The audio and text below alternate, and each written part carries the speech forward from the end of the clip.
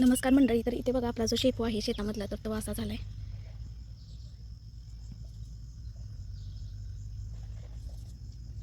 तर बघा हा पूर्णपणे असा पिवळा झालाय, म्हणजे खराब झालाय पूर्णपणे. त्यामुळे मी काढून वगैरे असा सगळा टाकायला लागले.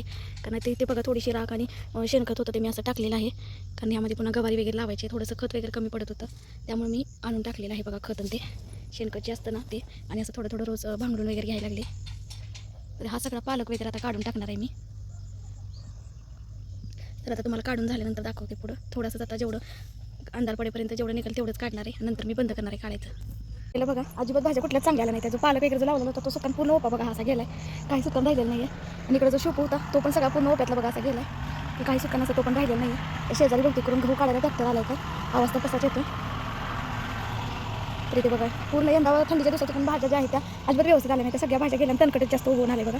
तर आता संध्याकाळ झाली आणि मला पण स्वयंपाक वगैरे करायचा आहे. तर आज तुमच्याशी जे अंड्याचं कालवण आहे गावाकडच्या पद्धतीनं, तर त्याची रेसिपी मी शेअर करणार आहे. तर नक्की व्हिडिओ बघा. तर इथे बघा आता मी अंडी शिजत घातलीत. तर आता अंडी शिजल्यानंतर तुम्हाला रेसिपी दाखवते. इथे बघा मी लसूण, खोबरं, तीळ, जिरं आणि कोथिंबीर घेतली. आता याची पेस्ट बनवणार आहे. तर इथे बघा आपला मस्त असा मसाला जो आहे तो तयार झाला आहे. आणि इथे अंडे आहेत बघा अशी सोलून ठेवलेत. आणि इथे बनवले टमॅटोची पेस्ट. तर आता आपण बनवणार आहोत अंड्याचं कालवण. तर त्यासाठी आपण इथे घेतलेला आहे बघा अंडा करी मसाला. तर मस्त अशी मसाल्याची पुडी आहे. तर आपण हाही मसाला घालणार आहोत. अंड्याची आपण करी करणार आहोत त्यामुळे.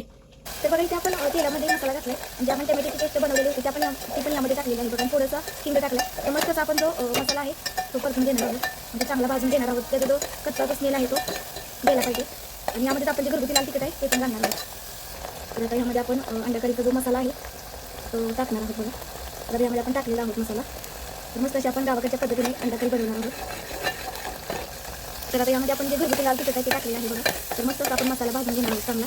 त्याचा कच्चेपणा कमी होईपर्यंत अगदी तेल सुटेपर्यंत. तर आता यामध्येच आपण अंडी सोडून घेणार आहोत. तर यामध्ये बघा आपण आता अंडी सोडलेली आहे तर छान अशी परतून घेणार आहोत. तर आता यामध्ये आपण थोडंसं पाणी टाकून घेणार आहोत.